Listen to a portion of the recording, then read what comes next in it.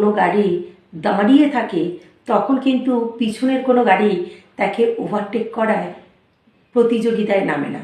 কারণ কি, যে গাড়ি দাঁড়িয়ে আছে তার সাথে ওভারটেক করায় মত্ত থাকবে কেন? যখন গাড়ির স্পিড তোলে তখনই কিন্তু অনেকের নেশা আছে ওভারটেক করে তাকে যাওয়া। তো আমাদের জীবনেও ঠিক এরকম।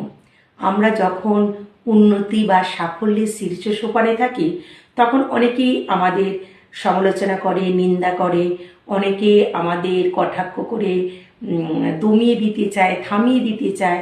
কিন্তু না, আমাদেরকে এগিয়ে যেতে হবে এগুলোকে তুচ্ছ ভেবে।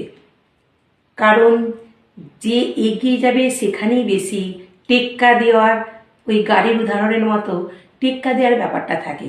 যখন দেখবেন আপনার কাছে বা আপনার বিরুদ্ধে এগুলো কিছুই হচ্ছে না, আপনাকে বুঝতে হবে আপনি গতানুগতিক জীবনযাপন করছেন। কাঙ্ক্ষিত সময়ে এই রকম জীবনযাপন